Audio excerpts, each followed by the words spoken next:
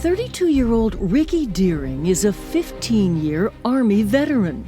Serving in Special Forces at Fort Bragg, he spent nearly 6 years undercover in the Middle East, including Iraq and Afghanistan, recruiting natives there to fight terrorism. But as the wars dragged on, the bodies piled up. I have at least 10 people that I've known very closely that I've lost. And I was in some encounters with ambushes and IEDs specifically for myself, where I had to engage enemy and kill the enemy, and it started to take a toll on me personally, mentally and physically. He was battling depression and post-traumatic stress disorder. I was very depressed, very sad, very angry at a lot of things about my career, about my service, about transitioning out of the military, adapting and trying to overcome a lot of challenges that I was facing. He first sought help from the military, but says it really didn't work. You go see a counselor, you see a psychiatrist, they prescribe you medication and monitor you, but it's definitely there's a stigma associated with it. You're in a position where you feel that you're admitting a weakness. It's the warrior ethos. Suck it up, get over it, move on to the next goal. The Army strong and the suck it up and drive on. We become successful in our careers in the military by doing those things.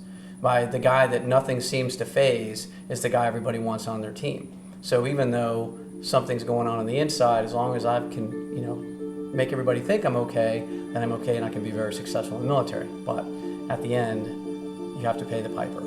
They are unable to do self-evaluation, to be introspective, because they've been taught not to do that, because that's how they survive and that's how they can go into a combat zone and stay safe.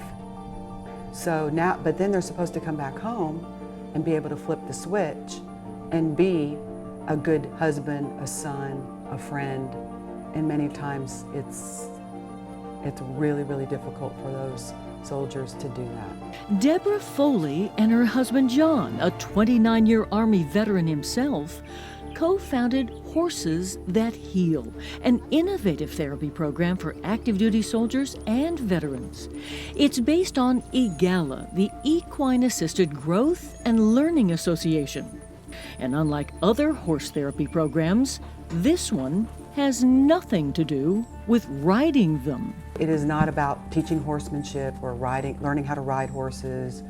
It's about mental health treatment using horses in the process. So in a real short period of time, what we've seen is people change quickly. And so that's why we got really passionate about building our own facility and being able to provide the service to soldiers for free. What this program is about is building relationships. At first he didn't want me to brush him, but now as I was brushing him, he came right up and kind of stood there and said, "It's my turn." Horses are not predators, they are prey.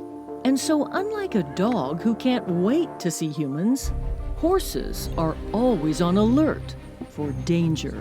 Horses require you to become so self-aware of what you bring into the space with them, because they are prey, so they're on high alert. They notice everything about you. And for Sergeant Deering, horses have a special meaning, because since ancient times, these incredible creatures have shared the burden of war.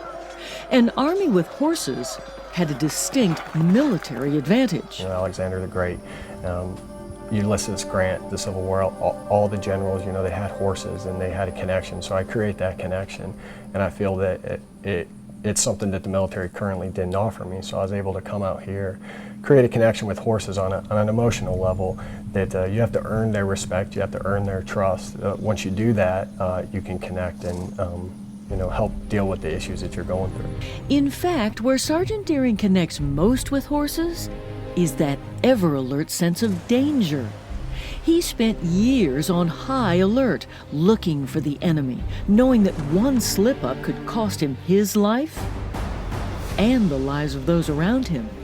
Now, being around animals who share that sense of danger, he finally feels safe enough to let down his guard. They kind of take that burden from you. They can hear way further than I can. They can see further than I can. So when I'm out here, I feel comfortable. I feel like I'm in a safe area to go through what I'm going through.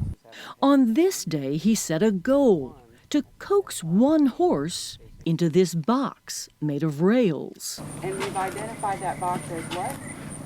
A metaphor, an obstacle, and a challenge that I'm facing Okay. that I want to overcome. Okay. And I have to do it without touching the horse.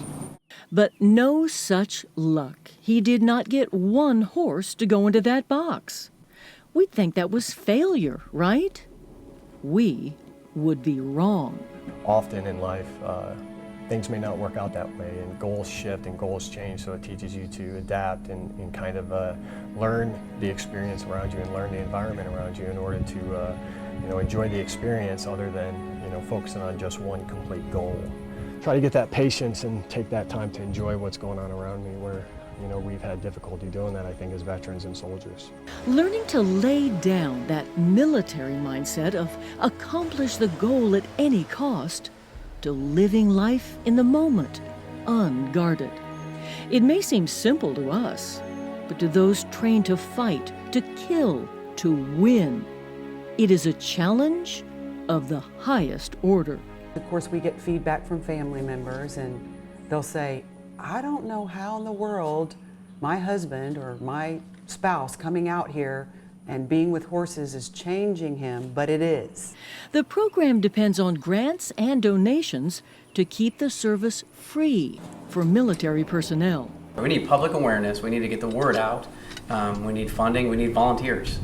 In the case of somebody who's active duty and they don't want to go to their assigned physician and say, hey, I need a referral for some mental health treatment, it allows them to come out kind of under the radar, get better, go back to work, often able to do things better than when they came here or before they started coming here. The war horses of history were often as famous as those riding them. Alexander the Great's magnificent Bucephalus, Ulysses S. Grant's Cincinnati. They led their soldiers to victory in military battle. Now these horses are helping soldiers conquer a different enemy. Not the terror without, but the terror within. Growing populations of veterans every single day, more and more people are getting out. And so you've got to deal with the effects of combat at some point in your life. And so we want to be one of the venues for people to come and heal.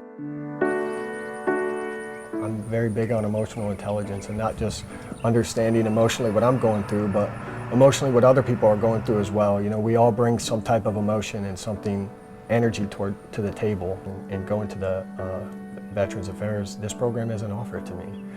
And it should be a program that the VA does offer because it works. And I always say that if something works, then we should do it.